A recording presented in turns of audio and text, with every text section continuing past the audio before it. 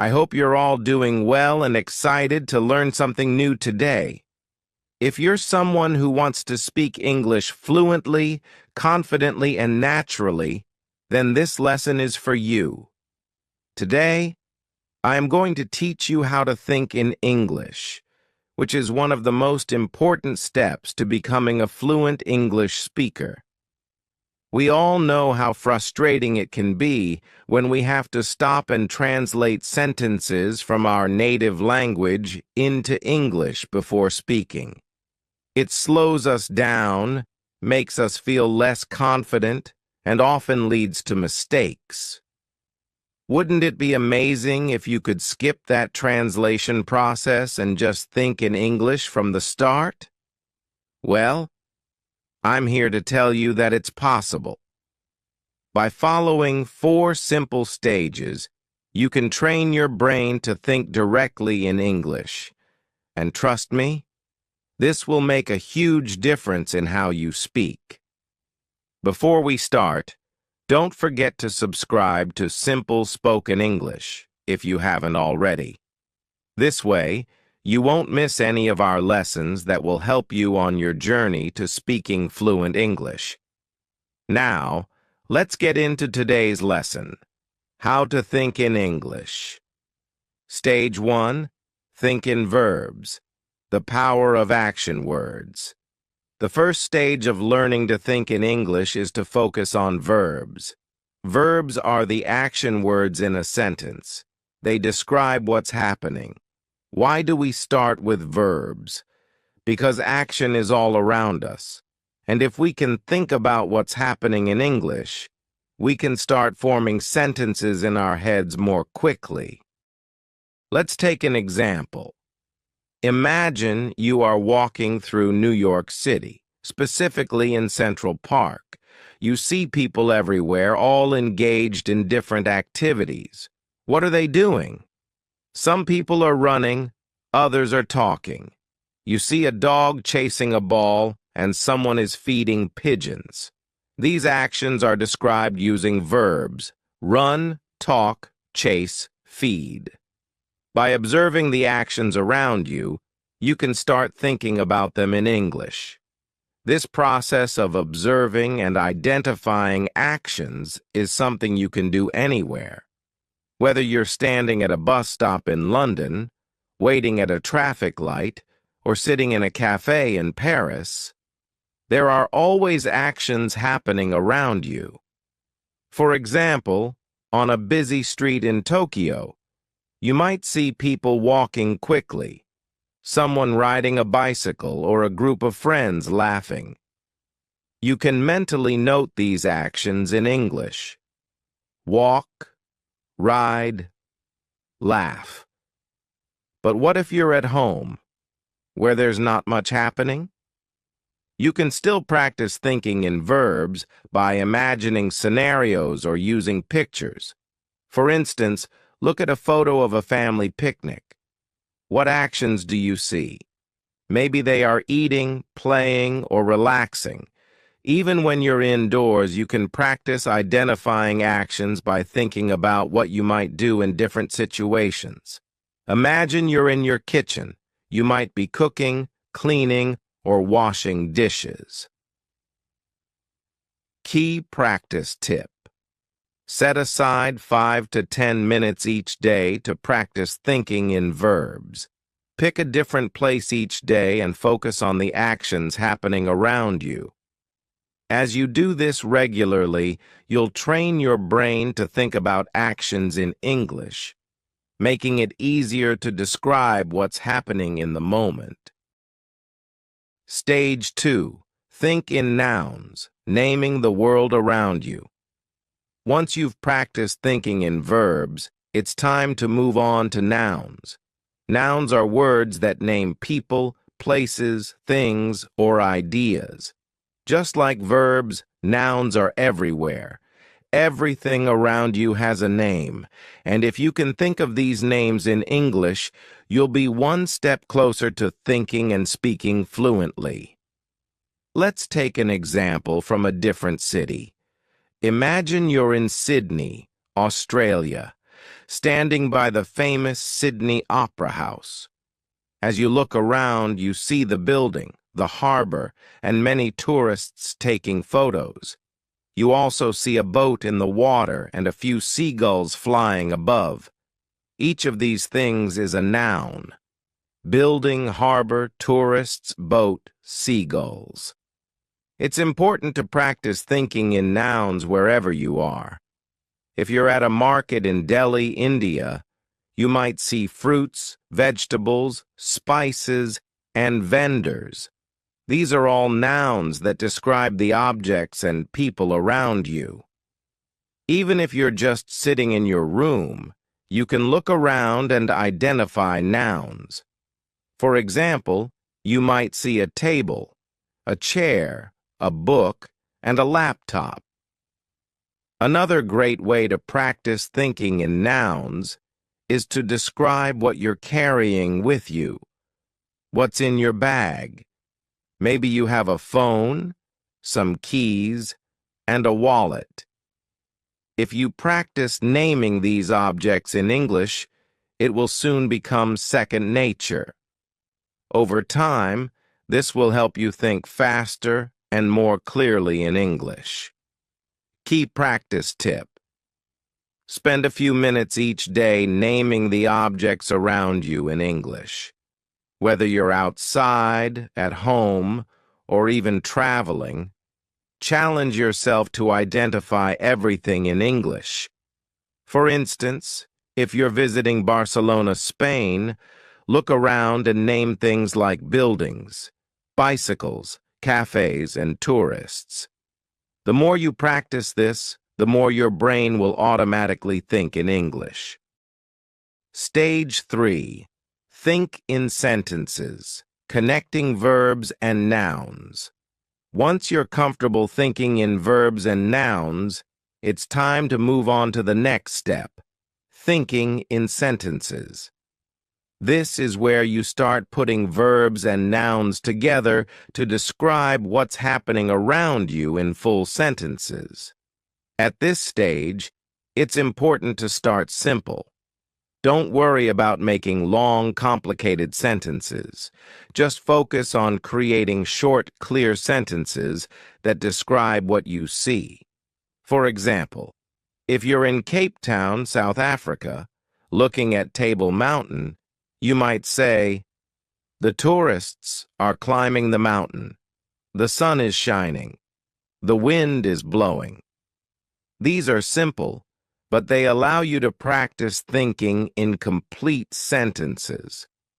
Now, let's imagine you're in Toronto, Canada, sitting in a park. What's happening around you? You could describe the scene like this. A family is having a picnic. The children are playing with a ball. The birds are flying in the sky. These sentences are short, but they effectively describe what's happening around you. As you become more comfortable, you can start making your sentences longer. For example, if you're in Berlin, Germany, walking near the Brandenburg Gate, you might say, "A group of tourists is taking pictures of the monument. Some of them are listening to their tour guide, while others are checking their maps." This sentence combines multiple verbs and nouns, giving a fuller description of the scene. The goal here is to get used to thinking in sentences instead of just words. This will help you when you're speaking, as you won't have to stop and think about each individual word. Your brain will automatically form sentences in English. Key practice tip. Every day, take 10-15 minutes to describe your surroundings in sentences. Whether you're at home, in the office, or walking through a new city, try to form complete sentences in your head that describe what's happening.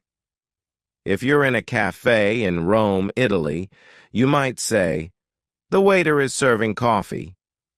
Two friends are chatting at the next table. A couple is reading a menu." This practice will make thinking in English much more natural. Stage 4. Think in paragraphs, bringing it all together. The final stage is to move from thinking in sentences to thinking in paragraphs. This means describing everything around you in more detail, telling a full story, or creating a more vivid picture of the scene. Imagine you're visiting the Great Wall of China. Here's how you might describe it in a paragraph. I'm standing on the Great Wall, and the view is incredible. The mountains stretch out as far as I can see, and the wall winds its way across the landscape.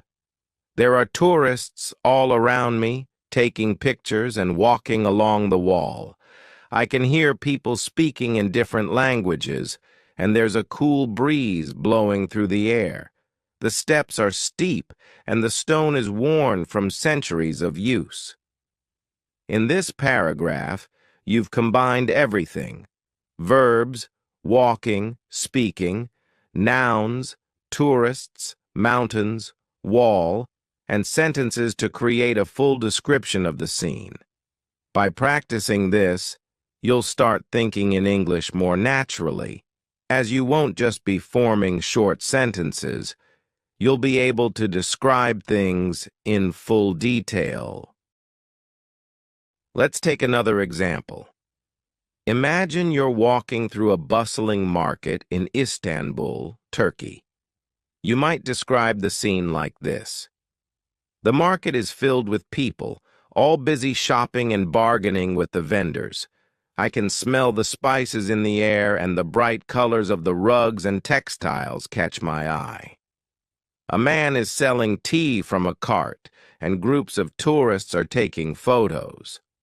The sound of people talking and laughing fills the air, and the atmosphere is lively and energetic. When you practice thinking in paragraphs like this, you are training your brain to describe events and scenes in full detail without stopping to translate from your native language. This stage is essential because it helps you not only think in English but also express your thoughts in a more coherent and fluent way. By focusing on forming paragraphs, you can talk more naturally and at length, which is key when you're aiming for fluency. Let's take one more example to practice. Imagine you're sitting in a cozy cafe in Amsterdam, Netherlands. Here's how you might describe the scene in a paragraph. I'm sitting at a small table by the window, sipping my coffee. The cafe is warm and inviting, with soft music playing in the background. Outside, I can see people riding their bicycles along the canal. The sky is cloudy, and it looks like it might rain soon. Inside, a few people are reading books, and a couple is chatting quietly over their breakfast. The smell of freshly baked bread fills the air, and the atmosphere is calm and peaceful. In this paragraph, you've combined all the elements, verbs, nouns, and sentences, to create a vivid picture of the scene. This is the final stage of thinking in English, where you can describe situations in detail, just as you would in your native language. Take a few minutes to describe your day in a paragraph. Start from the moment you woke up and think about everything that happened. What did you do? Where did you go? Who did you meet? Try to describe it all in English. For example, today was a busy day. I woke up early and went for a walk in the park. The weather was nice, and I saw a lot of people exercising. After that, I had breakfast at a small cafe. I ordered a cappuccino and a croissant. Later, I went to work and had a meeting with my team. We discussed our new project, and everyone had great ideas. In the evening, I met a friend for dinner at a restaurant. We had a great time catching up and talking about our week. This type of daily practice will not only help you think in English, but also improve your ability to recall and describe events in detail. Putting it all together. Achieving fluency through practice. By now, you should have a clear understanding of the 4 stages of thinking in English. Think in verbs. Focus on action words and describe what is happening around you. Think in nouns. Name the people, places, and things you see in your surroundings. Think in sentences.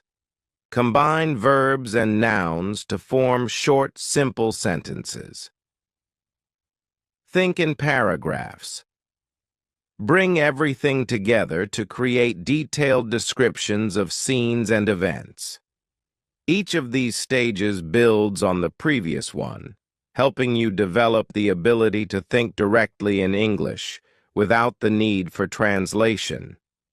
It's important to practice each stage regularly, as this will train your brain to process information in English more naturally. Why thinking in English is essential for fluency.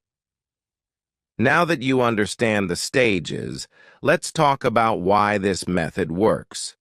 When you first start learning English, you likely translate from your native language. This is natural, but it creates a delay in your speaking. Instead of speaking smoothly, you have to pause and think about what to say, which can make you feel less confident. By practicing thinking in English, you eliminate that translation step. Your thoughts will naturally form in English, making your speech faster and more fluid. When you can think in English, you'll also find it easier to have conversations, express your ideas, and respond quickly in discussions. For example, imagine you're at a job interview in London, and the interviewer asks you to describe a challenging situation you faced at work. If you're thinking in your native language, you might need a moment to translate your thoughts into English. But if you've trained yourself to think in English, you can respond immediately and confidently without hesitation. The same goes for everyday conversations. Whether you're chatting with friends, giving a presentation, or even ordering food at a restaurant, being able to think in English will make the process much smoother. Practical exercises to help you think in English.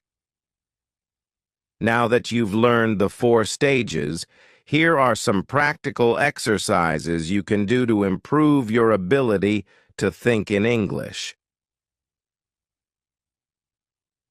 Daily observations.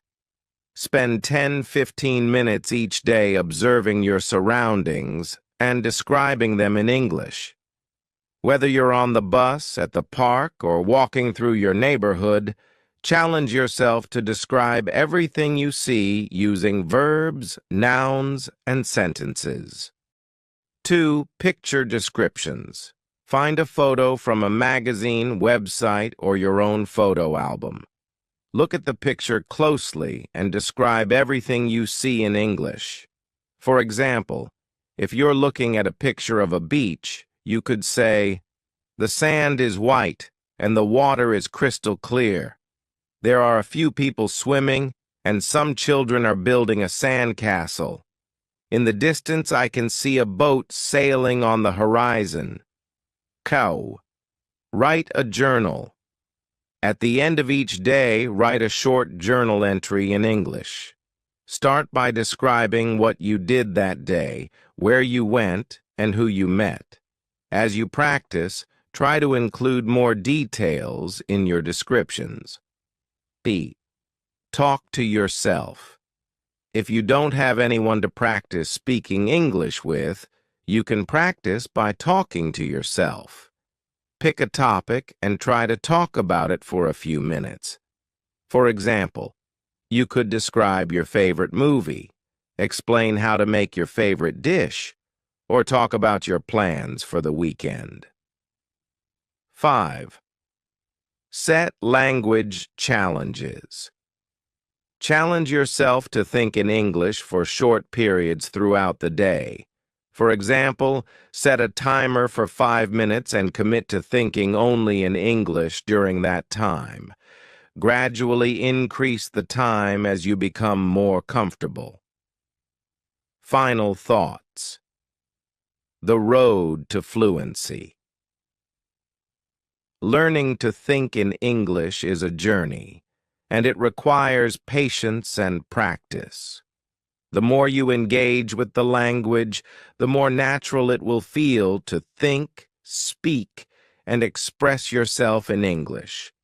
By following the 4 stages, verbs, nouns, sentences, and paragraphs, you'll build a strong foundation for fluency. Remember, the key to success is consistency. Practice every day, even if it's just for a few minutes, and you'll see improvement over time. It's normal to make mistakes along the way, but don't let that discourage you. Every mistake is an opportunity to learn and grow. So, are you ready to take the next step on your English learning journey? Start practicing today, and soon you'll be thinking in English like a native speaker. Thank you for joining me in today's lesson on simple spoken English. Don't forget to like this video, subscribe to our channel, and hit the notification bell so you won't miss any of our upcoming lessons. Keep practicing, stay curious, and I'll see you in the next lesson. My journey to fluent English. When I was 20 years old, I could understand some English, but not very well. My vocabulary was limited, my accent was thick, and I often had to think in my native language before attempting to translate my thoughts into English. This process slowed me down, and often people couldn't understand what I was trying to say. In short, my English needed improvement, but I was determined to find a way to change that. I knew that improving my English would open doors for better opportunities, especially in terms of jobs and social interactions. I thought to myself, what kinds of opportunities will I have if I don't master this language? That question alone was enough to motivate me to take my first steps toward learning English fluently. One day, while watching TV, I came across an advertisement for an English fluency coach. His name was Mr. Smith, and he guaranteed that his students could become fluent in English within a year. The ad claimed that students who followed his program would speak English better than those who had been learning for 10 years. It seemed like a miracle solution, but of course, there was a catch. Mr. Smith only offered private lessons, and the cost was steep, $50 per hour, far beyond what I could afford at that time.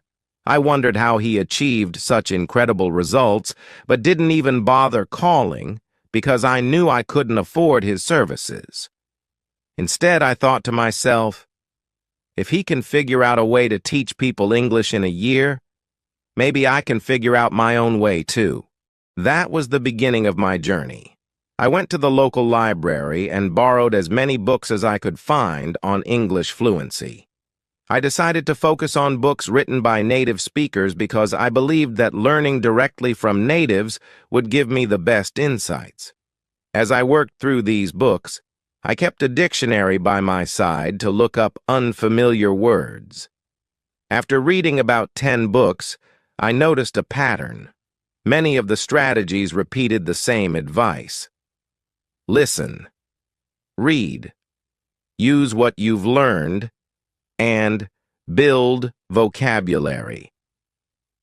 I tried applying these strategies, but I quickly realized something. While I was getting better at understanding English, my speaking ability wasn't improving much. Frustrated, I continued reading more books, hoping to find the solution I was looking for. In total, I read about 60 books, but they all seemed to offer the same advice, and none of it was helping me speak more fluently. After feeling stuck for a while, I decided to try a new approach. Instead of focusing on books written by native speakers, I turned to books written by non-native English speakers who had successfully mastered the language. These were people who had gone through the same struggles I was facing and had come out the other side fluent in English. To my surprise, the non-native speakers' books offered similar advice to the ones written by native speakers, with one important difference: repetition.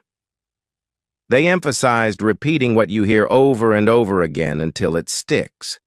This was something the books by native speakers didn't focus on as much, but it made a huge difference for me. Among all the books I read, there was one that stood out, but it wasn't even about learning English. It was a self-help book by David Johnson on success and goal setting. At first, I wasn't sure if it would help, but as I read it, I realized that achieving fluency in English was just like any other big goal. It required setting clear objectives, creating a plan, and staying committed. Inspired by that, I combined the strategies from both the native and non-native speaker books and created my own learning system, which I called the Fluent English Method. My method was simple. I would immerse myself in English every single day and repeat everything I heard until I could say it fluently. At the time, I lived in Chicago, and my daily commute to work involved a 50-minute train ride each way. I saw this as the perfect opportunity to practice. I bought a cheap Walkman and started listening to English radio shows during my commute. I'd tune into National Public Radio, NPR, which had news programs that were perfect for learning formal English. There was a challenge, though. As soon as I entered the subway station, the radio signal would disappear. To solve this problem, I started recording the news every night and playing it back during my train rides the next day. I began whispering along with the recordings at first, but soon I started speaking out loud. The subway was noisy enough that no one could hear me, so I wasn't embarrassed to practice speaking out loud in public. In the beginning, I struggled. There were many words I didn't understand, and the news was spoken too quickly for me to keep up. But I stuck with it. When I came across a word or phrase I couldn't pronounce, I would rewind the tape and listen to it again until I could say it correctly. I repeated difficult words over and over again, sometimes saying them aloud 3 or 4 times before moving on. After 3 months of this daily practice, I decided to record myself speaking English to see how much I had improved. To my amazement, I was speaking more fluently than I had ever expected. My accent was still there, but it had softened considerably. My confidence was growing. Encouraged by my progress, I adjusted my approach slightly. Instead of recording new news programs every day, I started listening to the same recording for an entire week. This allowed me to master every word, sentence, and tone before moving on to the next recording. By the end of each week, I could practically recite the news program from memory. After a month of doing this, I had mastered 4 full news programs, each about an hour long. The results were incredible. My fluency improved dramatically, and my accent almost completely disappeared. I was able to speak with the same flow and rhythm as the native speakers I had been listening to. Not only could I understand English better, but I could also finally speak it with confidence and clarity. Looking back, the key to my success wasn't just about learning vocabulary or grammar. It was about immersing myself in the language every day and repeating what I heard until it became second nature. That's the power of the Fluent English Method. consistent practice and repetition. If you're struggling with learning a new language, remember this. It's not about being perfect right away. It's about persistence, repetition, and finding opportunities to practice in your everyday life. Whether you're commuting, walking, or doing chores, you can turn that time into valuable learning moments. Stick with it, and you'll be amazed at how far you can go. Mastering fluent English. My personal journey. When I reached my early 20s, I had a basic understanding of English, but it wasn't enough to carry meaningful conversations. My vocabulary was quite limited, my accent was thick, and I always thought in my native language first, translating sentences into English before speaking. Unfortunately, this method made my communication slow and difficult to understand. I knew my English needed significant improvement. I was determined to find a way to change that. After months of consistent effort, I started to notice a major improvement. One day, while speaking with a friend over the phone, something unexpected happened. Midway through our conversation, my friend paused and asked, "What did you do?" Confused, I replied, "What do you mean?" He responded, "Your English. It's really good." The way he said good with such sincerity and warmth made me realize how far I had come. It wasn't just a casual compliment. It was a heartfelt acknowledgement that I had made real progress. A couple of weeks later, two of my cousins, both native English speakers, approached me and asked, "How is your English so good, but your siblings haven't improved?" This kind of feedback further solidified my belief that the effort I was putting into my English learning journey was paying off. But I didn't stop there. I continued working on my English fluency long after that moment. Even as life changed and my circumstances evolved, I remained committed to improving my language skills. Eventually, I developed a new strategy, which I called the open throat method. This method became my secret weapon for sounding more native in English. It involved speaking from the diaphragm, letting the voice flow naturally from the stomach, and opening the throat.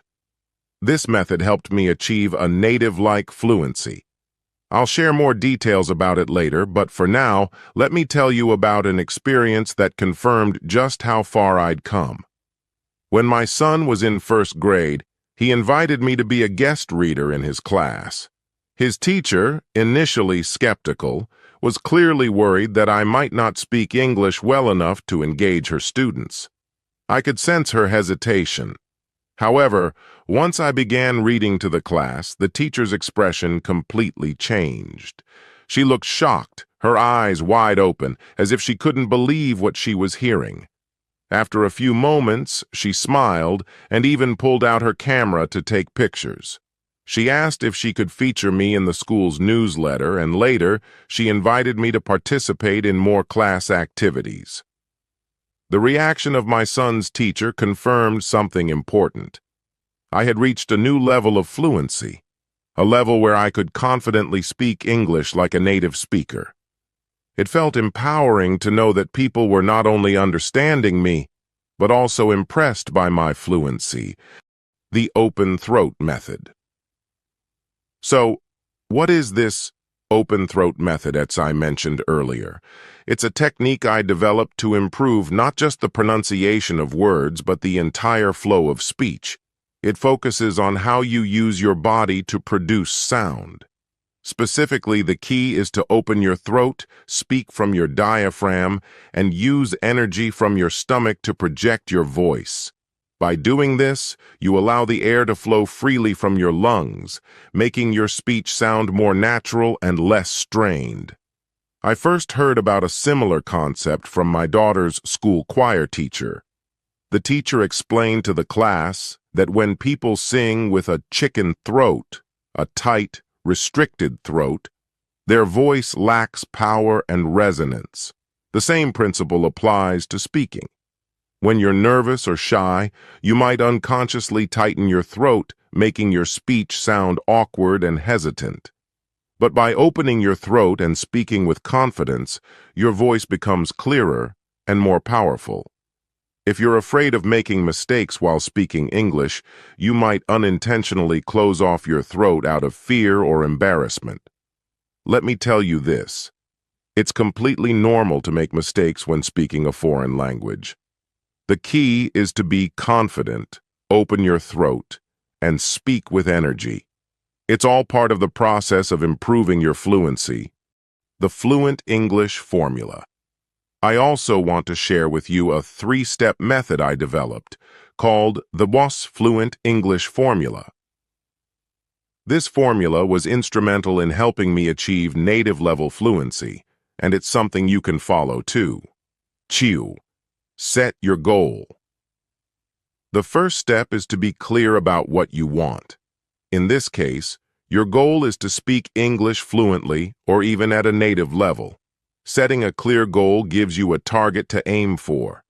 The word decide comes from a Latin word that means to cut off. Once you've decided that you want to speak fluent English, you need to cut off any distractions or doubts and focus solely on achieving that goal. The clearer your target, the easier it will be for your brain to guide you toward success. Take action. Setting a goal is important, but nothing will change unless you take action. It doesn't matter how much potential you have. The results come from what you do. When I decided I wanted to speak fluent English, I took action every day.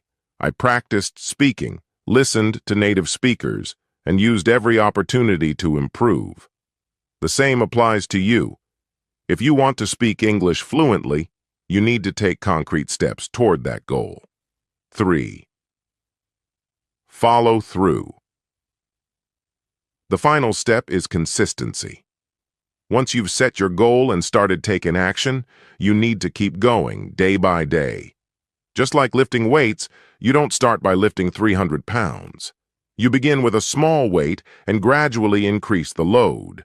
The same principle applies to learning English. Start with simple conversations and small vocabulary gains. Over time, you'll build fluency little by little. When I first started working on my English, I took one small action each day. After a few months of consistent effort, I had improved so much that people were complimenting me on my English. The small daily actions added up to significant results. Conclusion. If you've ever felt nervous or unsure about your ability to learn a new language, remember this. It's not about being perfect on the first try. It's about setting a goal, taking consistent action, and sticking with it, even when progress feels slow. By using the Fluent English formula and applying techniques like the open throat method, you can significantly improve your fluency over time. Whether you're practicing English on your commute, in front of a mirror, or with a friend, stay focused on your goal. And don't be afraid to make mistakes. Those mistakes are part of the learning process. If you follow through with determination, soon enough, you'll find yourself speaking English with confidence, clarity, and fluency. The Path to Fluent English. My Practice Journey. Mastering fluent English didn't happen overnight. After 6 months of practicing daily, I began to see real progress. My speech, once hesitant and broken, became smoother, more natural. But the journey didn't stop there. It was by building my fluency bit by bit, day after day, that I reached the level I wanted.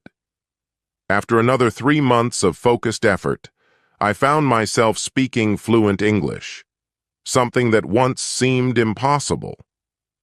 If you work on your English just 1% every day, imagine where you could be 6 months from now.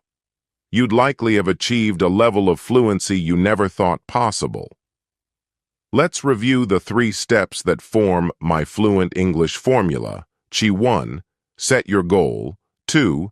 Take action. 3. Follow through. These steps are simple yet powerful, and when followed consistently, they will change your life. As Helen Keller said, life is either a daring adventure or nothing at all. The power of practice, the one-word secret. Now that you know the formula, it's time to focus on the most important element: practice. Just knowing the steps isn't enough.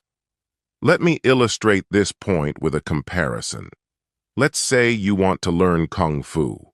You've watched Kung Fu movies, instructional videos, and even observed Kung Fu masters.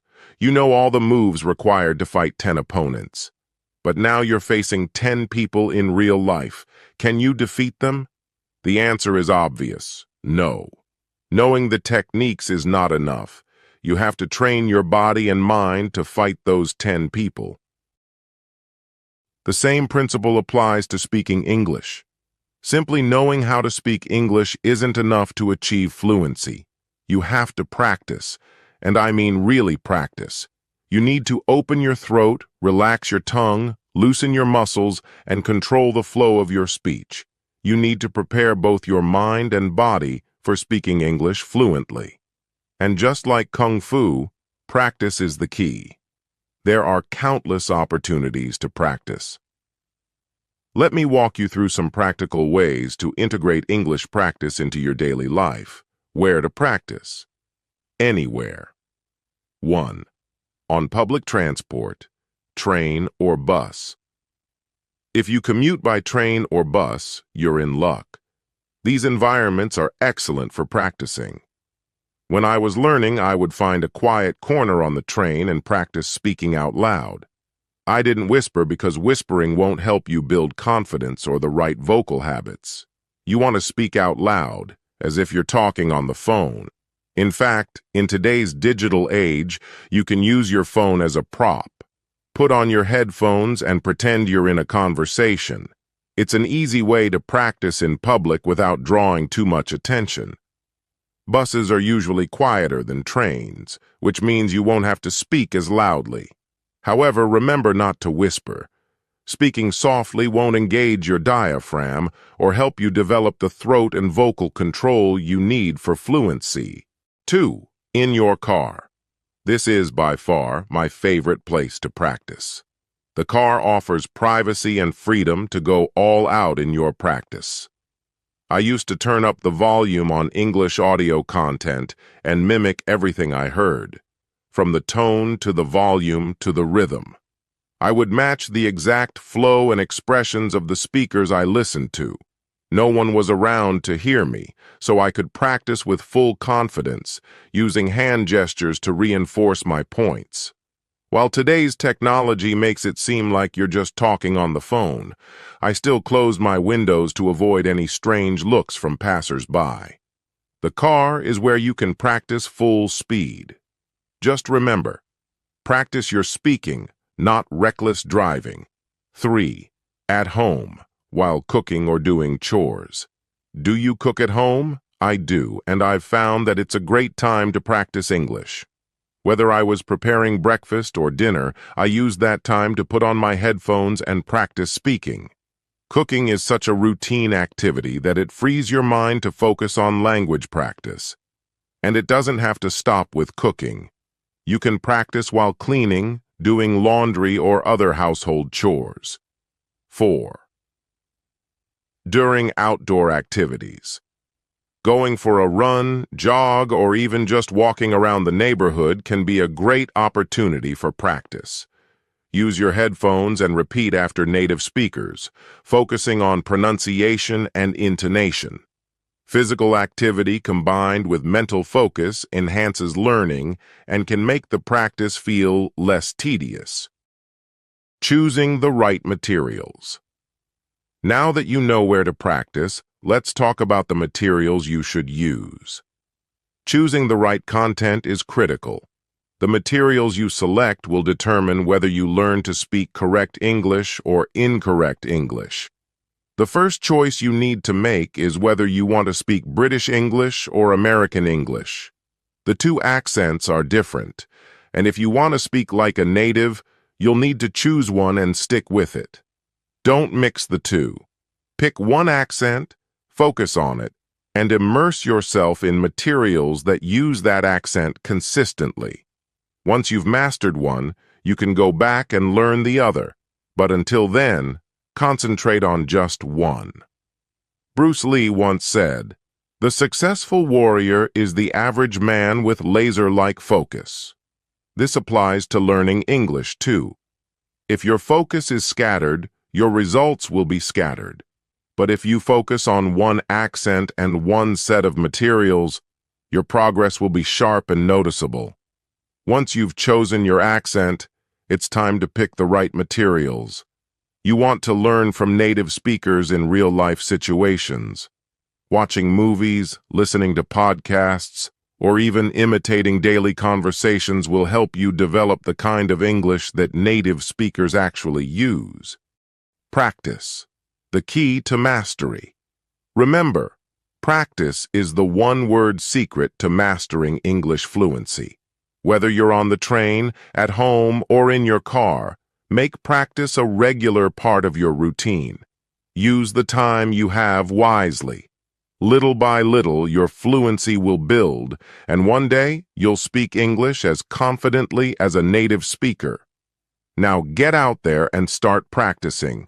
You already have everything you need: a clear goal, the tools to take action, and the persistence to follow through. Mastering English is not just about knowing the language. It's about practicing it consistently and deliberately every day.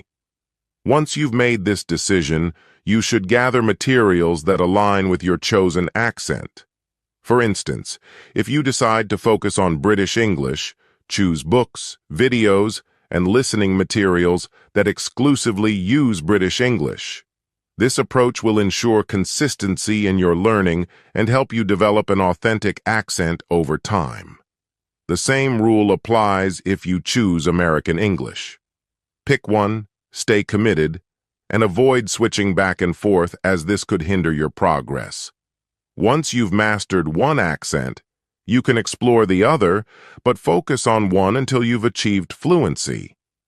Imagine you're standing in front of two boats. One will take you to British English, and the other will take you to American English. Both will take you to your destination, but you can only sit on one boat at a time. The decision is entirely yours, and both options are equally valuable. However, remember that once you get on a boat, you must stay on it until you reach your destination. Switching boats halfway will only delay your progress. A key aspect of sounding like a native speaker is exposure to authentic language use. Make sure the learning materials you choose reflect real-life conversations by native speakers. For instance, instructional materials that feature overly formal dialogues are not representative of how people actually communicate in daily life. For example, while a textbook conversation might read like, "Mr. Wong, this is Mr. Chen, how do you do?" In real life, people would say, "Hey Dan, meet Bill. How's it going, Bill?" Focusing on natural language in everyday situations is essential. Look for podcasts, shows, and books that show how native speakers interact in the real world. Materials that use unrealistic scenarios or outdated language won't help you develop practical speaking skills. Find resources that are current, authentic, and reflect how people actually talk in informal and formal settings. While practicing, use whatever tools you have at your disposal. In the past, learning was often more challenging because technology was limited. Learners had to rely on basic audio devices, such as Walkmans, to practice listening. Now, with smartphones, headphones, and even Bluetooth car speakers, practicing has become much more accessible. Whether you're on public transport or walking in a noisy area, tools like noise-canceling headphones can help enhance your focus. There are various types of headphones available today to aid your listening practice. Over-the-ear noise-canceling headphones are designed to block out external noise, allowing you to focus on your listening materials without distractions. On the other hand, in-ear isolation headphones are more affordable and portable, making them great for outdoor activities or commuting. Whether you're using premium noise-canceling headphones or a basic pair, make sure that you're in an environment where you can clearly hear the materials and practice without disruption. However, don't rely too much on headphones unless necessary. It's important to practice speaking in natural environments, without always depending on technology to enhance your listening experience. This will help you better adapt to real-world situations where background noise is inevitable. Now that you understand the tools you need for listening practice, let's move on to setting clear, actionable goals. When learning English, your goal should be firm, motivating, and specific.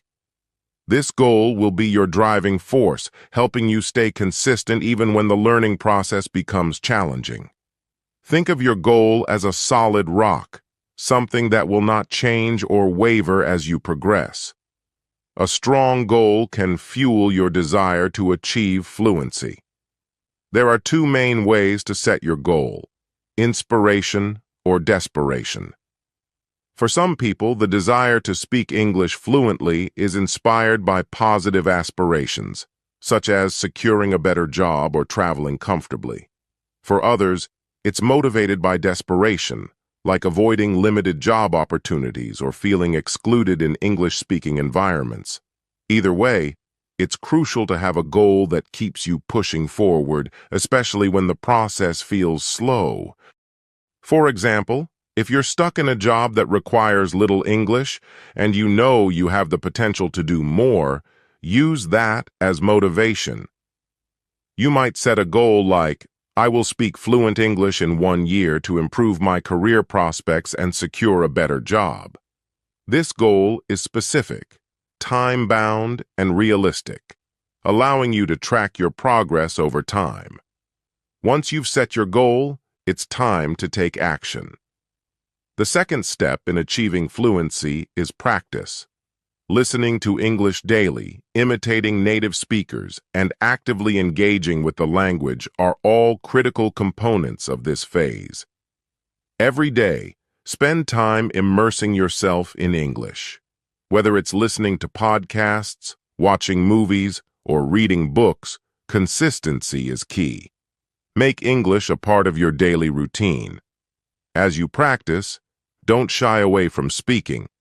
Even if you make mistakes, speaking is a crucial step toward fluency.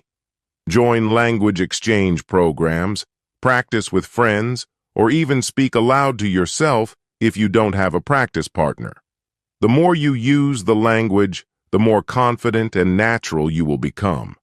The final step is to follow through. Achieving fluency doesn't happen overnight.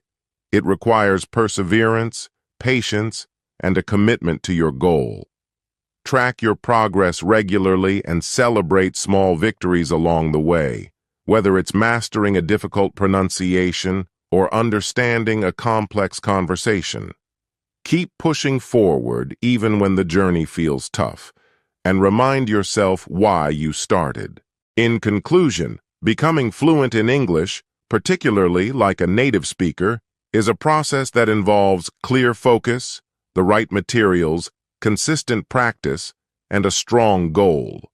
Whether you choose British or American English, your dedication to learning one accent at a time will help you reach your goal. Stick with your plan, use technology and resources wisely, and remember that persistence is key to success. Chapter 2. The Power of Desperation and Determination in Learning English. I was desperate. I knew that if I didn't do anything about my broken English, I would be stuck doing labor work for the rest of my life. I would spend my days toiling away, sweating in the sun, doing physically exhausting tasks. But I didn't want that for my future. I wanted more. I wanted a better life. And I knew that mastering English fluency could open those doors for me. Speaking English fluently wasn't just about communication. It was the key to a world of opportunities. If I improved my English, I could work in an office. Imagine the difference. Instead of wearing rough, dirty clothes and working with my hands, I could be in an air-conditioned room, dressed in a suit, managing tasks and communicating with clients and colleagues. It wasn't just about escaping the hard labor. It was about creating a life that felt dignified, comfortable. This was my reason. It may seem small to some, but for me it was powerful. It was enough to push me forward every day, even when the journey felt long and the progress seemed slow. What is your reason? Your reason. A deep dive into motivation. Think about it for a moment. What is driving you to want to speak English fluently? What is it that pushes you to improve, even when you feel tired, overwhelmed, or discouraged?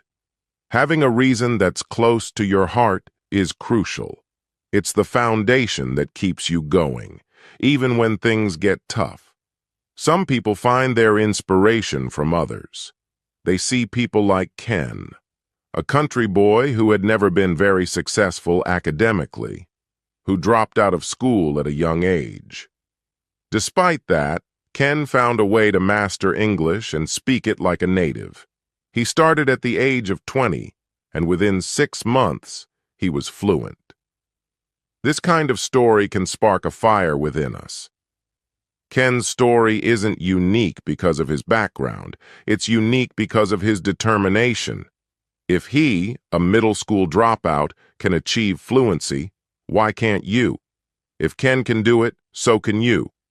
No matter your background, no matter your circumstances, if you want to speak English fluently, you have the potential to do it. But potential is only half the equation. The other half is action. So ask yourself, what is your motivation? What drives you forward? Desperation as fuel. Sometimes our reason is born from desperation. We look at our current situation and realize that if we don't make a change, nothing will improve. Desperation can be an incredibly powerful motivator. For me, the desperation came from knowing that if I didn't improve my English, I would be stuck in a life that I didn't want. The life of labor work. Desperation, example 1. If I keep speaking English poorly, I will continue to do labor work for the rest of my life. But if I speak English fluently, I will have the chance to work in an office, earn more money, and live a life of comfort. Desperation. Example 2. If I don't speak English fluently, I will never land my dream job. But if I speak English fluently, I won't just get that job. I'll be able to move out of this tiny apartment and buy the house on top of the hill that I've always dreamed of. When you frame your goals this way, with both the pain of what happens if you don't succeed and the pleasure of what happens if you do, your motivation becomes much clearer. It's not just about improving English because it's a good skill to have. It's about changing your life in a significant way. Take a moment to think about your life. What is the pain you experience from not speaking English well? And what is the pleasure you will gain from becoming fluent? When you have these two parts, pain and pleasure, your goal will feel much more achievable. Write it down. Yes, actually take a pen and paper, or your phone if that's easier, and write down your goal. Why? Because writing it down makes it real. It takes your goal out of your mind and puts it into the physical world. Don't just write it once. Place it somewhere you can see it often. I wrote my goal and taped it to the ceiling above my bed. Every night before I went to sleep and every morning when I woke up, I saw my goal. It reminded me of why I was working so hard. I also placed it on my desk where I spent a lot of time studying and working. I even carried a copy in my wallet so I could see it whenever I was out. The key here is repetition. The more you see your goal, the more it becomes part of your daily life. it's a constant reminder that you have something to work towards, something important, out of sight, out of mind. This is what happens when you forget to keep your goal in front of you. But when your goal is visible every day, it's much harder to ignore. The 80-20 rule for success. This is the golden rule for success. 80% of your success depends on your goal and 20% depends on the work you put in. Does that sound surprising? It's true. If your goal is strong enough, if your reason is powerful enough, the work will follow. When your heart is in it, you'll naturally find the motivation to keep pushing forward. If there is only one thing you take away from this, let it be this. Your goal is the most important part of your journey. Without it, you're left wandering, unsure of why you're putting in the effort. But with a clear goal, you know exactly why you're working so hard, and that makes all the difference. Stories of success. Let's look at two examples of people who use desperation and a strong goal to fuel their success. Thomas Watson, a man who was fired from his job, used that anger to set a goal. He didn't just want to find another job, he wanted to start his own company and compete with the business that fired him. He set a goal, worked tirelessly towards it, and eventually built IBM, a company worth billions today. His goal wasn't just to survive, it was to win. 2. Tim Waterstone is another example. After being fired, he set a goal to start his own bookstore business. But when he applied for a loan, he was rejected by 8 different banks. The 9th bank only approved him because the loan officer was retiring and didn't care about the outcome. Tim used that small chance to build his business, eventually selling it for millions. Today, Waterstones is one of the most well-known bookstore chains in the UK. Finding your reason and setting a goal. So, what is your reason? Why must you learn to speak English fluently? Not just want, not just need, but must. What is driving you forward? Find that reason now. Set your goal and write it down. Finding your reason and setting a goal. So, what is your reason? Why must you learn to speak English fluently? Not just want, not just need, but must. What is driving you forward? Find that reason now. Set your goal and write it down. Taking action. Learning from native speakers. Once you've set your goal, it's time to take action. To speak English like a native, you need to learn from native speakers. You've heard this before. Practice makes perfect. But it's not just about practicing English. It's about practicing English the right way. Think about learning a skill like Kung Fu. If you want to master Kung Fu, you have to practice it every day. The same goes for English. To master speaking like a native, you have to immerse yourself in the language, listening and repeating what you hear. Here are 9 actions you can take to start speaking English fluently. 1. Listen and repeat immediately. Listen to native English materials and repeat what you hear as quickly as you can. Don't worry about understanding every word. Just focus on repeating the sounds and phrases. 2. Complete the entire material. Don't stop halfway through. Listen to and repeat the entire piece of material from start to finish, even if some parts are difficult. Key. Record yourself. Record your voice repeating the material. This is crucial for tracking your progress. 4. Repeat. Again. Go through the material again, this time focusing on difficult words and phrases. Repeat them until you get them right. Focus on speaking, not meaning. Don't get caught up in trying to understand every word. Focus on the speaking, and the understanding will come naturally over time. 6. Mimic everything. From the tone to the flow to the speed, Try to mimic native speakers as closely as possible. 7. Compare your recordings. Listen to your earlier recordings and compare them to your most recent ones. Notice the improvements. 8. Find new material. Once you've mastered one piece of material, find something new at the appropriate speed, whether slower, just right, or faster, and repeat the process. Follow through. Keep repeating this process, building on what you've learned and improving your fluency step by step. The importance of persistence. Here's a fun fact. 1% of people who buy instructional books follow the instructions and succeed. The other 99% either stop trying or look for another method. The question is, which one? The power of desperation and determination. Desperation is a powerful motivator. When the stakes are high and the future seems uncertain, it's natural to feel fear, worry, and anxiety. Yet these feelings can be channeled into motivation that propels you towards success. In my case, the desperation I felt about my broken English was a driving force.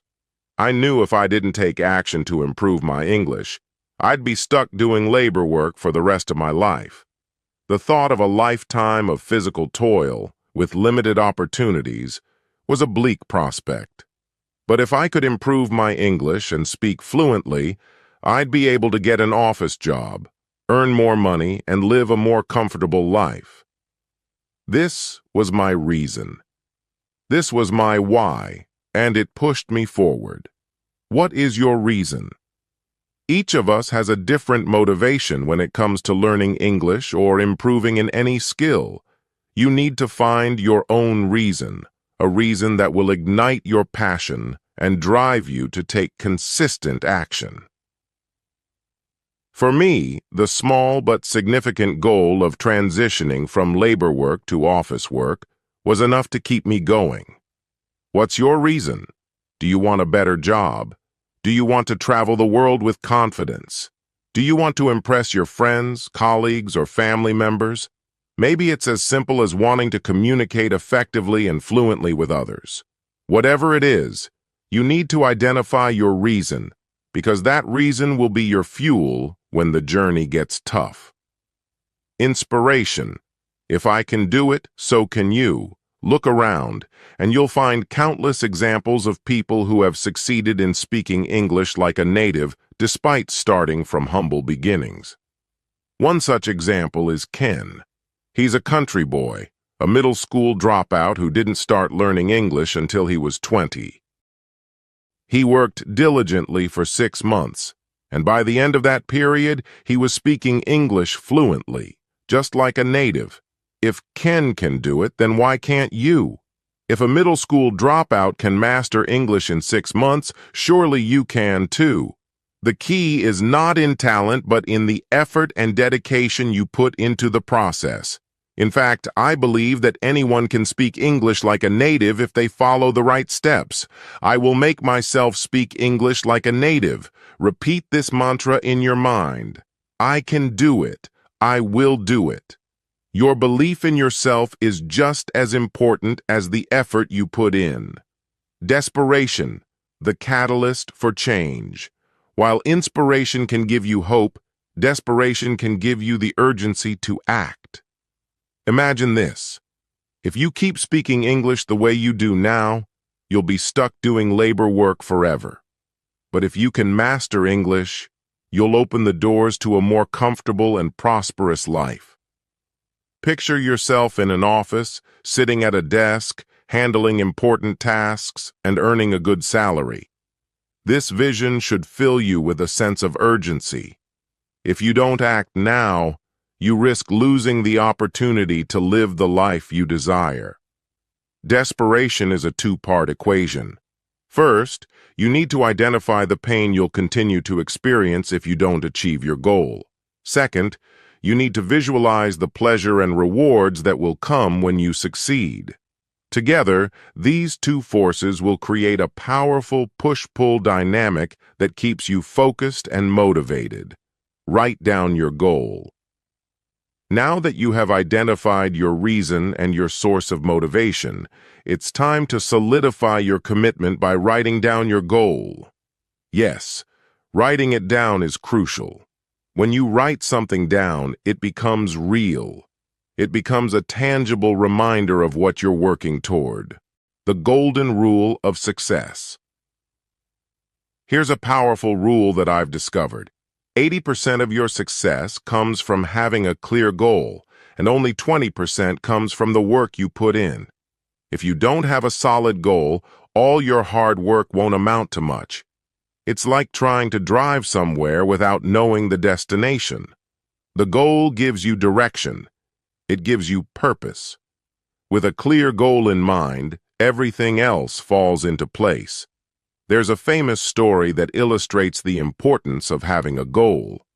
A man was fired from his company, and instead of wallowing in defeat, he got so angry that he decided to start his own company to compete with the one that fired him. His goal was clear: to surpass his former employer.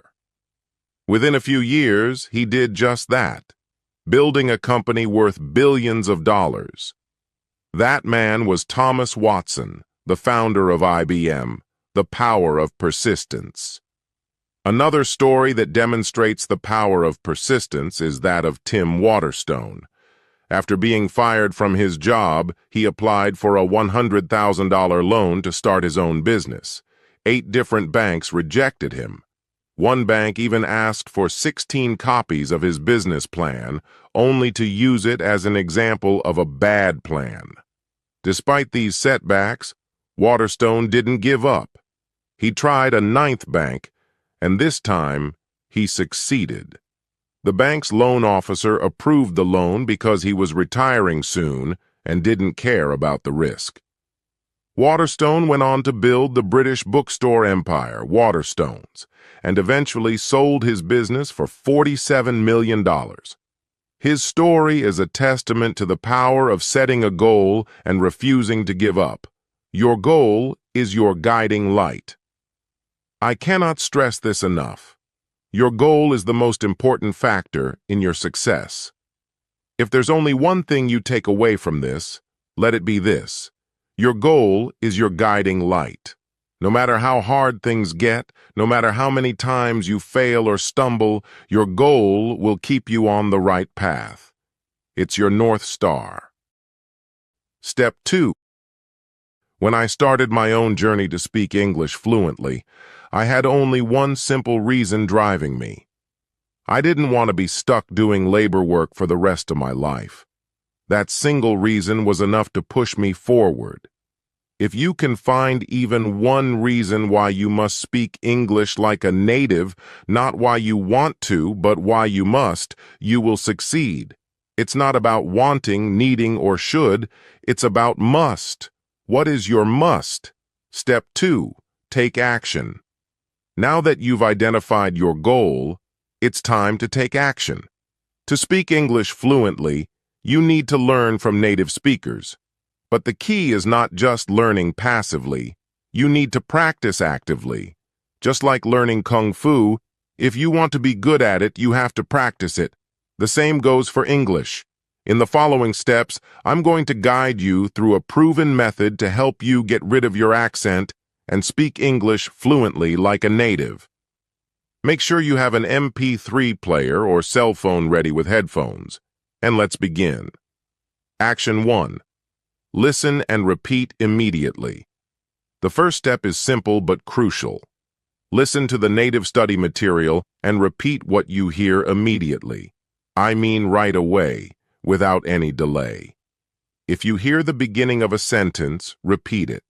If you hear the middle or the end, repeat those parts as well. Don't try to understand or memorize. Just repeat. This exercise is all about training your brain and mouth to form the correct sounds and patterns of English speech. Action 2. Finish the whole material. Once you've repeated individual sentences, move on to repeating the entire material from start to finish. This step helps you build flow and rhythm in your speech, allowing you to speak in full sentences rather than fragmented words. Action 4. Repeat again. Repetition is key to mastering any skill. Go through the entire material again, repeating everything from the beginning. This helps solidify the patterns in your brain and makes speaking English more natural. Action 5. Focus on the difficult parts. Now that you've gone through the material several times, go back and focus on the parts you found difficult. Repeat them until you can say them comfortably. Action 6. Ignore the meaning. Focus on speaking. It's natural to want to understand every word, but for now, focus only on speaking. Understanding will come with time. For now, concentrate on getting the sounds, rhythm, and flow of the language right. Action 7. Practice 3 more times. By this point, you should feel more comfortable with the material. Practice it 3 more times to reinforce what you've learned. Action 8. Record again and compare. Record yourself once again and compare this recording with your earlier one. Do you notice an improvement? If so, congratulations. You're on your way to speaking English fluently like a native. Action 9. Choose new material. Finally, once you've mastered the material, choose a new piece to work on and repeat the process. Continue building on your progress by challenging yourself with new materials. Step 3. Follow through. The most important part of any process is follow through. It's not enough to practice once or twice. You need to make it a habit. Okay, friends, this all about today's video. Thank you for watching this video.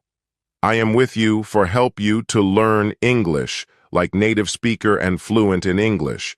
Make sure you hit the subscribe button and turn on notification to all.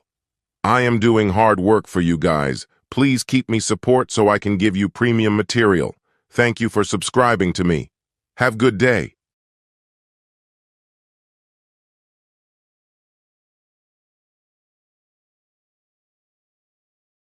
How to speak English better than ever before. Hi, I'm Jack, and welcome to Simple Spoken English. Today I'm going to talk about something that can truly transform the way you learn English. How to speak better than ever before. Have you ever felt like no matter how much you study, speaking English still feels difficult? Do you find yourself hesitating, struggling to find the right words, or worrying about making mistakes? If so, you are not alone. Many English learners feel the same way. But here's the good news: you can improve, and it doesn't have to take years. In fact, with the right techniques, you can start speaking more fluently right away. So what's the secret? It's not about learning thousands of words or memorizing complex grammar rules. It's about making small but powerful changes in the way you practice. And today, I'm going to share those changes with you. Chapter 1. The start of the journey. Have you ever tried to speak English but felt stuck? Maybe you know a lot of words, but when it's time to speak, your mind goes blank. Or maybe you try to say something, but it doesn't sound right. You hesitate, you worry about grammar, and by the time you think of the right words, the conversation has already moved on. If this sounds familiar, you are not alone. Many people feel this way when they try to speak English. But here's the good news. You can improve, and it doesn't have to take years. In fact, with the right techniques, you can start speaking more fluently right away. But before we talk about how to improve, let's ask an important question. What makes someone fluent in English? Most people think that fluent English speakers know all the words, use perfect grammar, and never make mistakes. But that's not true. Even native English speakers make mistakes. The real difference between fluent speakers and beginners is confidence. Fluent speakers believe they can communicate, even if they don't know every word. They don't freeze when they forget something. Instead, they keep going. Think about a baby learning to walk. The baby doesn't wait until they know exactly how to walk before trying. They stand up, fall down, try again, and keep improving. Speaking English is just like that. Now imagine this. You are having a conversation in English, and the words just flow. You are not thinking about grammar rules. You are not stopping to translate in your head. You are just speaking. This is fluency, and it is possible for you. The first step: build your confidence. Before you can speak fluently, you need to feel confident about speaking. If you don't feel confident, you will always hesitate. You will always feel nervous about making mistakes. But here's the truth. Confidence is not something you are born with. It is something you build. Even native English speakers were not born speaking English. They practiced, made mistakes, and improved over time. You can do the same. Why confidence matters. When you are confident, you speak more instead of staying silent. You stop overthinking and let the words come naturally. You learn faster because you are not afraid of making mistakes. Every time you speak, you are not just improving your English skills, you are also building confidence. Let me share a powerful quote from Winston Churchill. Success is not final, failure is not fatal. It is the courage to continue that counts. This is especially true for learning English. The more you speak, the more confident you become. And the more confident you become, the easier speaking English feels. A small challenge for you. I have a small challenge for you. For the next 7 days, do this.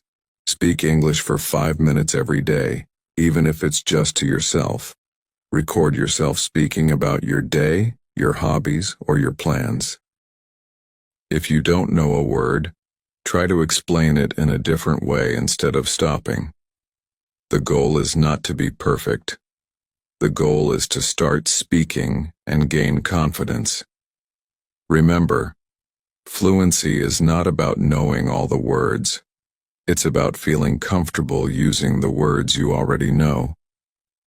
What's next? Now that you understand why confidence is the key to fluency, it's time to learn how to practice speaking in the right way. In the next chapter, we will talk about active listening, a technique that will help you improve your speaking faster than ever before. Chapter 2. Why listening is the key to speaking well. Many people think that speaking fluently means just talking more. But here's a secret. Before you can speak well, you must listen well. Think about how babies learn to talk. They don't start speaking right away. First, they listen to their parents and other people around them. They hear words, sentences, and the way people express ideas. Then, after months of listening, they start speaking. The same thing happens when you learn English. The more you listen, the more you learn how native speakers form sentences, how they pronounce words, and how they express ideas naturally. When you master listening, speaking becomes easier and more natural. It's like filling your brain with the right tools before you start building. Many English learners only listen passively.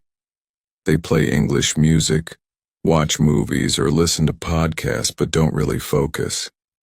They hope that just hearing English will automatically make them better speakers.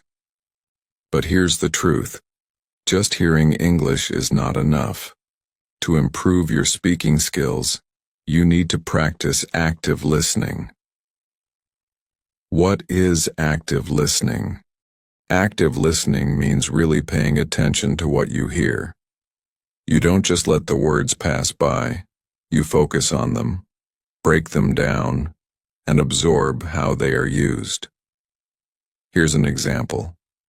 When you listen to a podcast, a conversation, or a YouTube video, pay attention to how the speaker structures their sentences, short versus long sentences, how they pronounce certain words, how they express their thoughts and emotions.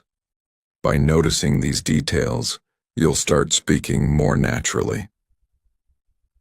A simple exercise to practice: active listening. Try this simple exercise to improve your listening skills. 1. Choose a short audio clip, a podcast, an interview, or a YouTube video. Listen to a sentence carefully. Pause after each one. 3. Repeat what you heard. Say the sentence out loud. 4. Compare your pronunciation with the speaker's. 5. Listen again and repeat until you can say the sentence fluently. This will help your brain absorb the natural rhythm of English. One of the best ways to practice active listening is through shadowing. What is shadowing?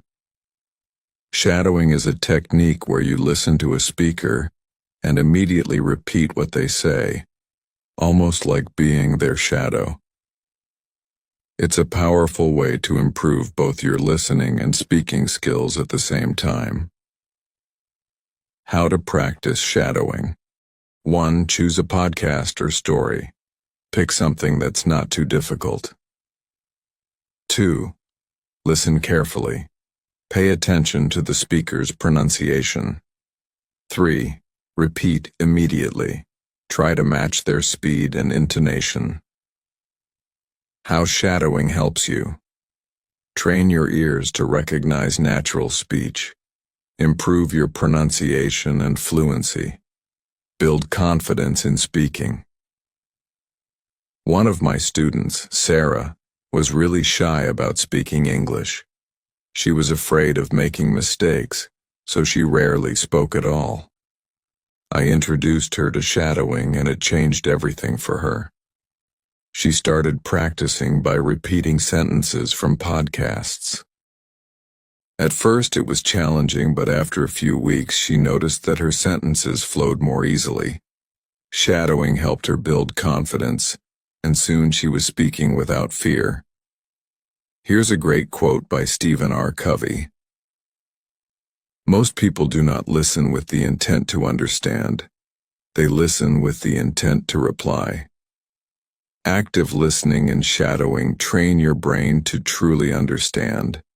And when you understand, speaking becomes much easier. A fun challenge to try to make listening practice more fun. Try this.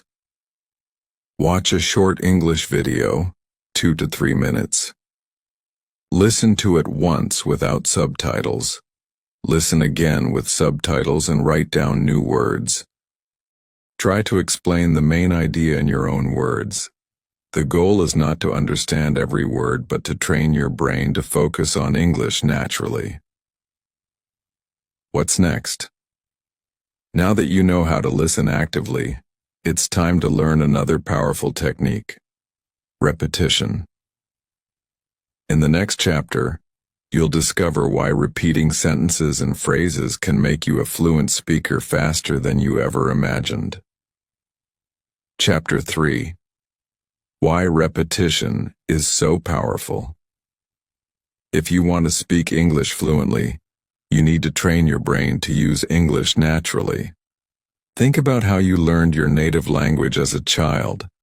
You didn't study grammar rules or memorize long vocabulary lists. Instead, you heard the same words and phrases over and over until they became natural. Repetition is how your brain remembers information. The more you repeat words and phrases, the easier it becomes to say them without thinking. Let's take an example. If someone asks you, "What's your name?" you don't stop to think about grammar or vocabulary. You automatically respond, "My name is Kagrao." This happens because you've heard and said this sentence so many times that it feels natural. Now imagine if you could make all of your English sentences feel that natural. That's exactly what the repetition technique helps you do. Fluency is about speed, not just knowledge. Many English learners think that fluency means knowing a lot of words, but that's not true. Fluency means being able to speak quickly and easily. For example, let's say you know the word delicious. If it takes you 5 seconds to remember it when talking about food, then your conversation will feel slow and unnatural. But if you repeat the word delicious enough times in real conversations, you'll be able to use it instantly, just like a native speaker. This is why repetition is so important. It helps you recall words and sentences faster. How to use repetition to improve your speaking. 1. Repeat common phrases every day. Pick 5 simple phrases that people use often and repeat them out loud every day. For example, "How are you doing?" "That sounds great." "Can you help me with this?" "I'm not sure. Let me think about it." "That's a good idea." Say each phrase 5 times in the morning and 5 times in the evening. At first, this may feel a little boring, but after a few days, you'll notice something amazing. These phrases will come out automatically when you speak. 2. Use the mirror technique. The mirror technique is a fun way to practice repetition and build confidence. Stand in front of a mirror. Choose a sentence. For example, "Today was a busy day." Say the sentence 5 times while looking at yourself. Try to use different emotions and speeds. This helps your brain get comfortable with saying English words out loud. It also improves your pronunciation and body language. 3. Combine shadowing with repetition. In Chapter 2, we talked about shadowing, where you listen to a speaker and repeat what they say immediately. Now let's take it a step further. Listen to a short audio clip from a podcast, movie, or YouTube video. Shadow the sentences. Repeat them as soon as you hear them. After shadowing, pause the audio and repeat the sentences again by yourself. By repeating these sentences multiple times, you train your brain to speak English smoothly. 4. Record yourself speaking. Recording yourself is a powerful way to track your progress. Choose a short text or paragraph. You can take one from a book, a website, or a podcast. Read it out loud and record yourself. Listen to your recording and repeat the sentences again. Compare your pronunciation with the original speaker's pronunciation. You might notice mistakes at first, but that's completely normal. The more you repeat and practice, the better you'll sound. The science behind repetition. Scientists have studied how the brain remembers things. They found that we forget 50% of what we learn within an hour unless we review it. But if you repeat information multiple times over several days, your brain stores it in long-term memory. This means that if you repeat English words and sentences regularly, you will remember them forever. A real-life example. How Paul improved his fluency with repetition. One of my students, Paul, struggled with speaking fluently. He knew a lot of English words, but when he spoke, he hesitated and took too long to find the right words. I suggested that he try the repetition technique. Every day he picked 5 common phrases and repeated them 5 times each. He also practiced shadowing and recording himself. At first it felt strange, But after 2 weeks, something amazing happened. He started speaking without hesitation. Paul didn't just learn English, he trained his brain to use English naturally, and you can do the same. A simple 7-day repetition challenge for you want to improve your fluency quickly? Try this 7-day repetition challenge. Day 1. Pick 5 simple phrases and repeat them 5 times each. Day 2.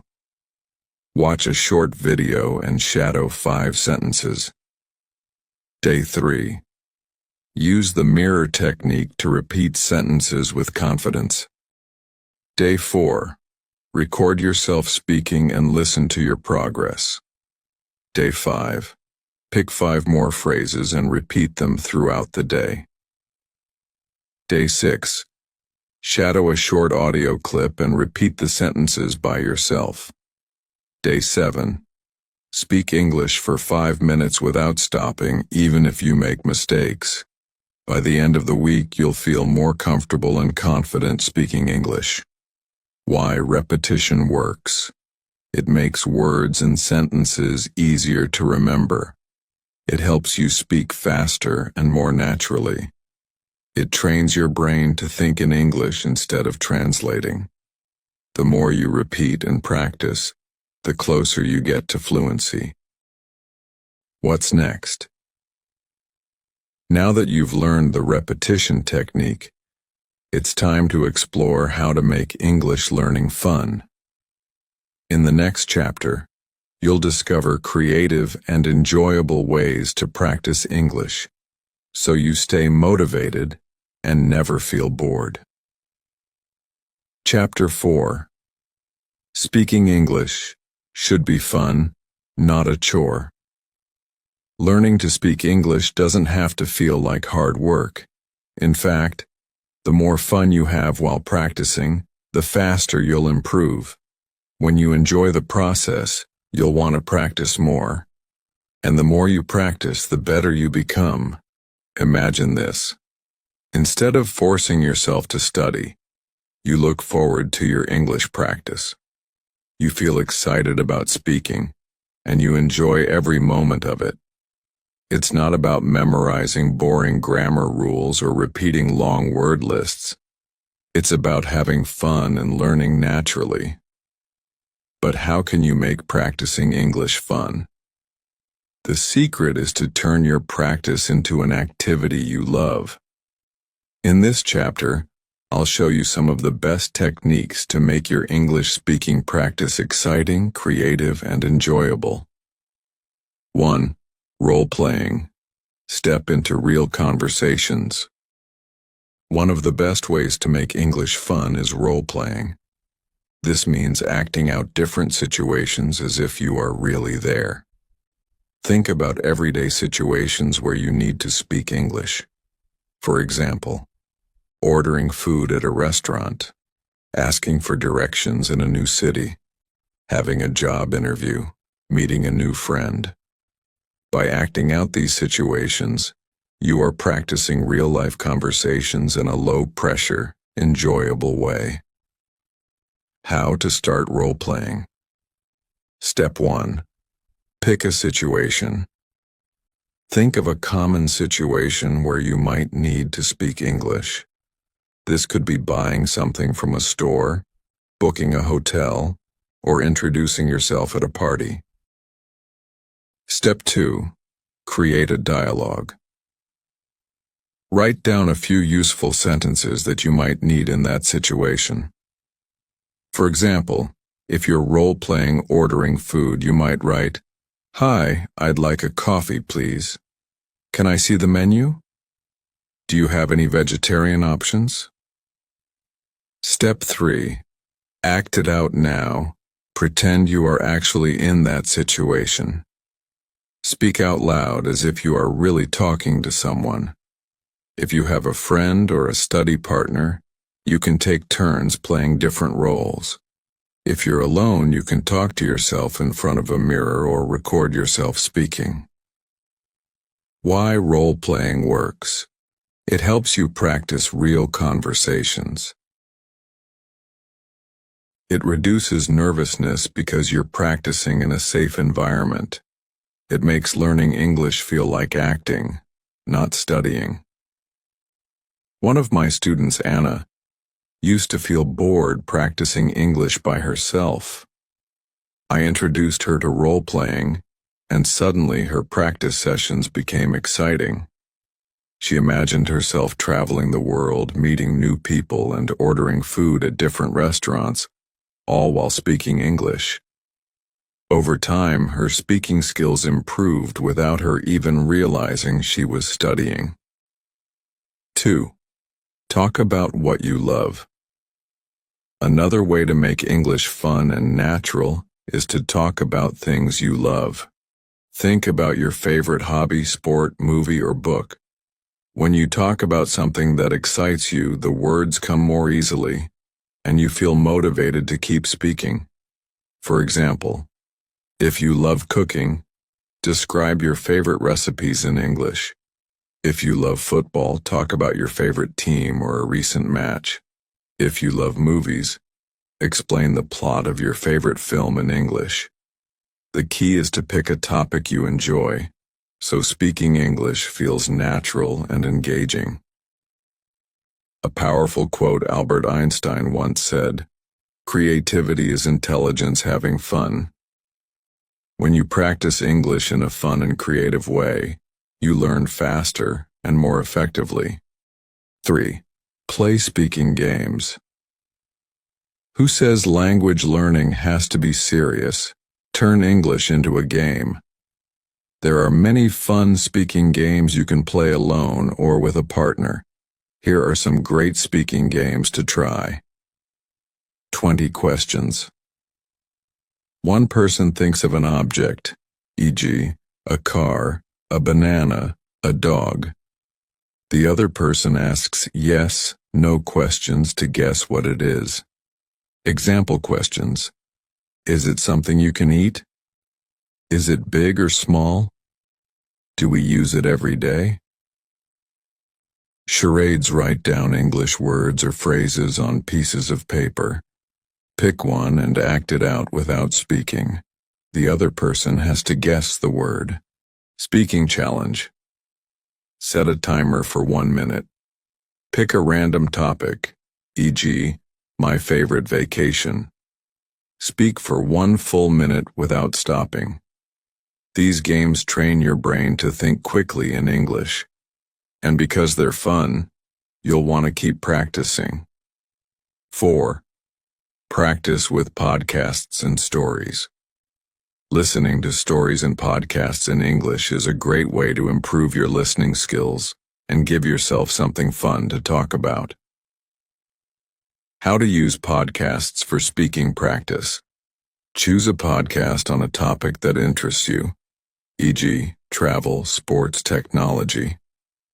Listen to the episode without subtitles first. Listen again with subtitles and write down any new words. Try to summarize the podcast in your own words.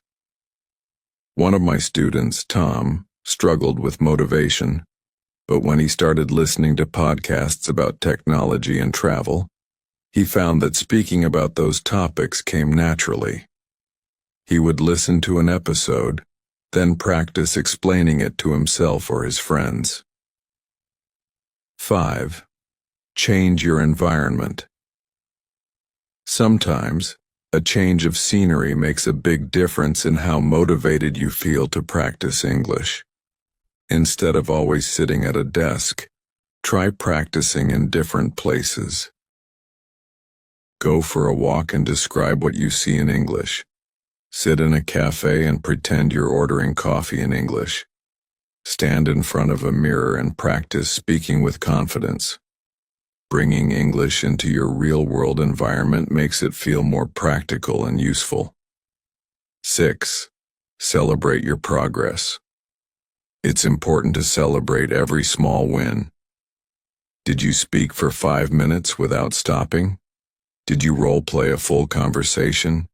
Did you learn 5 new phrases? Celebrate it. Recognizing your progress keeps you motivated to keep improving. A famous quote by B.F. Skinner says, "A person who feels appreciated will always do more than what is expected." This applies to yourself as well. The more you appreciate your own progress, the more motivated you'll be. Make speaking fun with role-playing and games.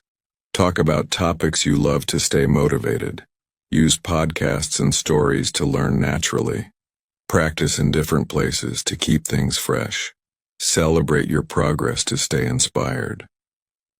The more you enjoy learning English, the faster you will improve. What's next? Now that you know how to make practice fun, you might still face moments when you feel stuck or frustrated. In the next chapter, we'll talk about how to overcome speaking blocks and keep moving forward, even when it feels tough. Chapter 5. What to do when you feel stuck. So far, we've talked about how to make English practice fun with techniques like role-playing, speaking games, and podcasts. But what happens when you feel stuck? Sometimes, no matter how much you practice, the words just don't come out. You hesitate, overthink, and feel afraid of making mistakes. These speaking blocks are completely normal, and every English learner experiences them at some point. The key is to understand how to break through these blocks so you can continue improving. The good news is that there are simple strategies that can help you overcome these barriers and speak with more confidence. Step 1. Understand that making mistakes is part of learning. One of the biggest reasons people feel blocked is the fear of making mistakes. But here's something that may surprise you. Even native English speakers make mistakes all the time. The difference is, they don't stop speaking just because they made a mistake. Instead, they keep going. And that's exactly what you need to do. Every time you make a mistake, you are learning. The more you speak, the more comfortable you will become, and over time these mistakes will become less frequent. Think about it this way. Babies don't wait until they can walk perfectly before trying. They just keep standing up, falling down, and trying again. Learning to speak English fluently is the same process. The more you try, the better you get. There's a powerful quote by Henry Ford. "Failure is simply the opportunity to begin again, this time more intelligently. Every mistake teaches you something. So instead of seeing mistakes as failures, think of them as stepping stones to fluency." 1. Overcome the fear of mistakes. Imagine you're having a conversation, and suddenly, you forget a word or say something wrong. What do? Most people freeze up or stop speaking entirely. But here's what you should do instead. Keep talking. Don't stop the conversation just because of a mistake. Describe the word if you forget it. For example, if you forget the word refrigerator, you can say, "the cold box where we keep food." Use body language. Gestures can help explain what you mean. The important thing is to keep communicating, even if your sentence isn't perfect. A real-life example. One of my students, Daniel, was terrified of making mistakes. Every time he tried to speak, he would freeze because he was afraid of saying something wrong. I told him, "Mistakes are not failures. They are opportunities to learn." So we started practicing simple conversations, and I encouraged him to keep speaking even if he wasn't sure of the right words. At first he still hesitated, but after a few weeks, he started speaking more freely, and those mistakes didn't bother him anymore. The more he spoke, the more confident he became, and soon, speaking English felt much easier for him. 2. Use self-talk to break through blocks. If you don't have anyone to practice with, self-talk is one of the best techniques to improve your speaking skills. What is self-talk? Self-talk is when you speak English out loud to yourself, as if you are having a conversation. You can do this while walking, cooking, or getting ready for bed. You can talk about your day or describe what you see around you. You can ask yourself questions and answer them in English. How to practice self-talk. Describe your day. Talk about what you did today or what you plan to do tomorrow. Ask yourself questions. For example, what do I want to eat for dinner? Then answer in English. Practice situations. Imagine you are ordering food at a restaurant or introducing yourself to a new friend. One of my students, Sophie, felt blocked because she didn't have a speaking partner. I introduced her to self-talk, and she started practicing every morning while getting ready. After a few weeks, Sophie noticed that her confidence had grown, and speaking English started to feel more natural. 3. Use shadowing to push through blocks. We talked about shadowing in earlier chapters, but it's such a powerful technique that it's worth repeating. When you listen to a podcast or a story and repeat what the speaker says, you are practicing real conversation patterns without needing to create your own sentences. How to use shadowing for fluency. Start with short, simple sentences. Repeat them immediately after the speaker. Gradually work your way up to longer sentences and conversations. Shadowing trains your brain to think in English, and over time, it helps you break through speaking blocks by giving you the confidence to keep talking. 4. Role-play challenging situations. Another great way to break through speaking blocks is role-playing difficult conversations. Think about situations that make you nervous, like giving directions, having a job interview, talking about a complex topic. How to role-play these situations. 1. Pick a challenging situation, e.g., explaining your opinion on a topic. 2. Write down key phrases you might use. 3. Act out the conversation by yourself or with a friend. The more you practice these situations, the more comfortable you will feel when they happen in real life. 5. Stay positive and persistent. Breaking through speaking blocks requires a positive mindset.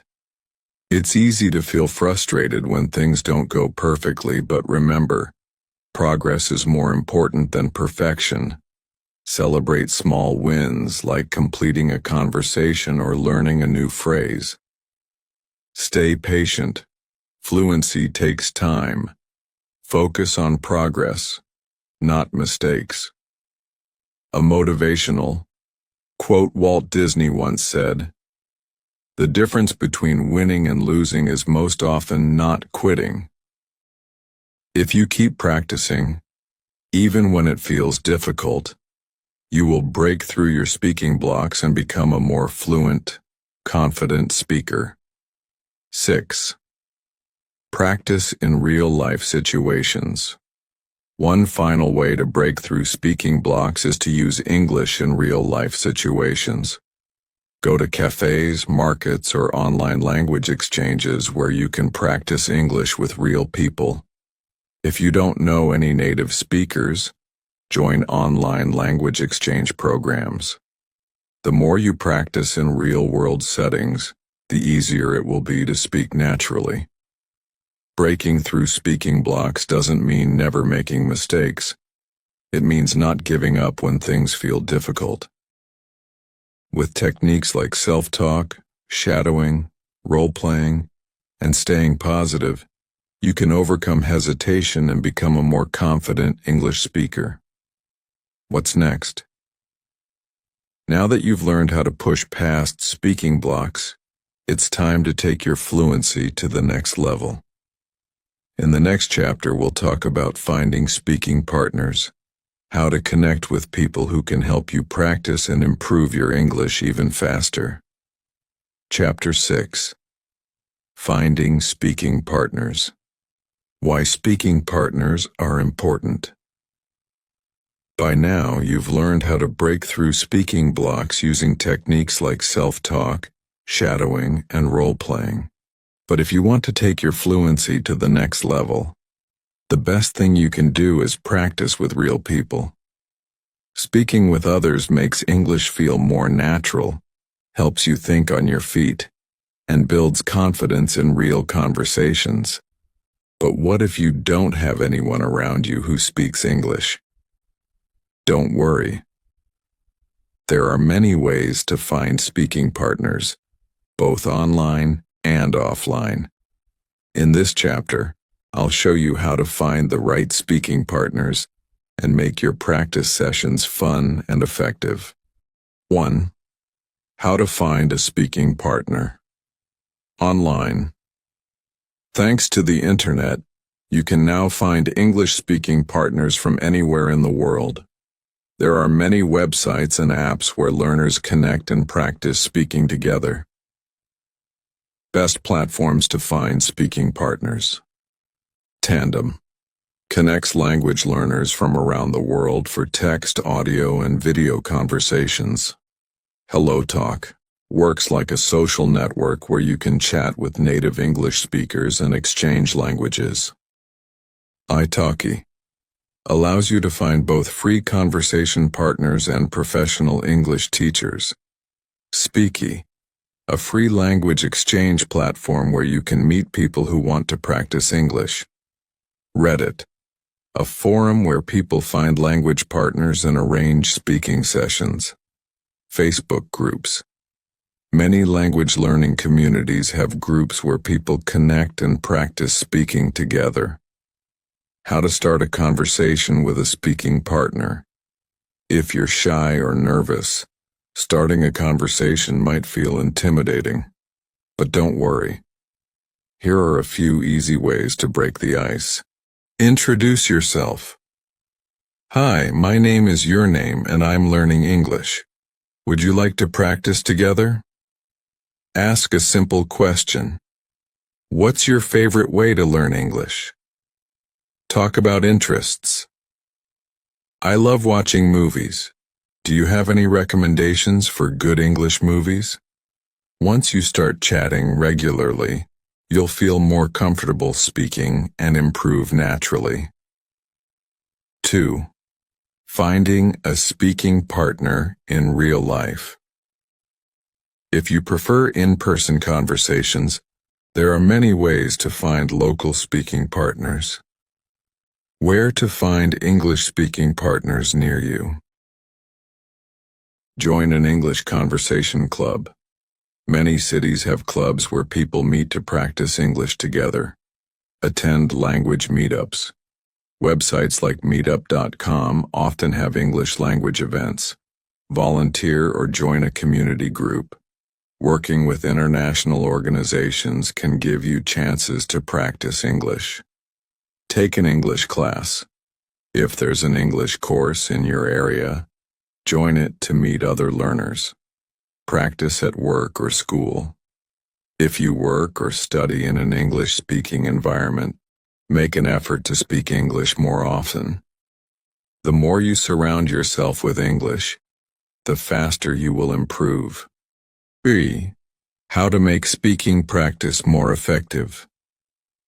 Once you find a speaking partner, how do you make your practice sessions useful? Here are some fun and structured ways to practice speaking with a partner. Topic of the day. Choose one topic, e.g., travel, hobbies, or movies, and have a 5-minute conversation about it.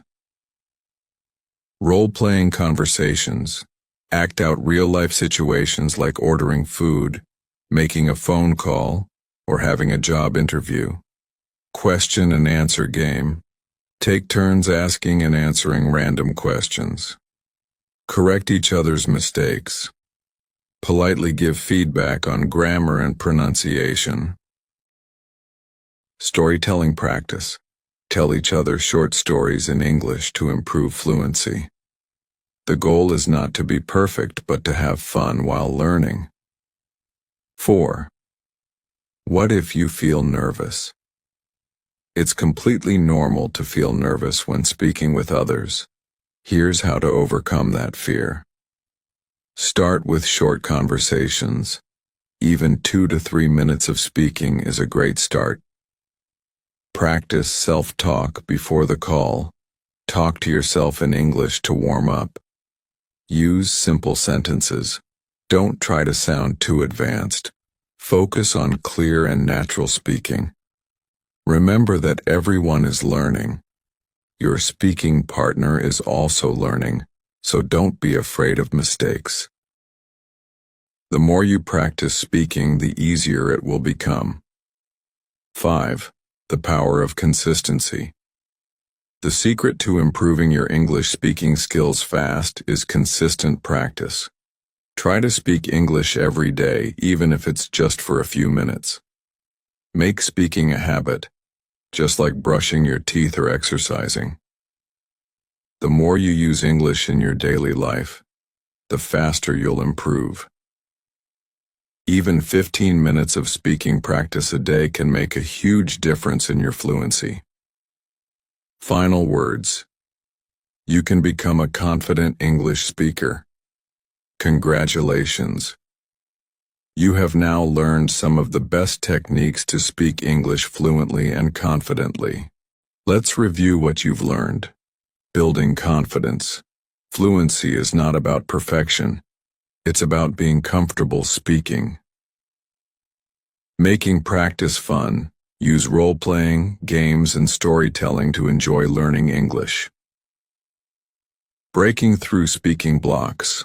Overcome hesitation with self-talk, shadowing, and positive thinking.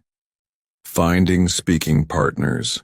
Connect with people online or in real life to practice English naturally. Learning to speak fluently is a journey, and every small step brings you closer to success. A final motivational quote. The secret of getting ahead is getting started. Mark Twain.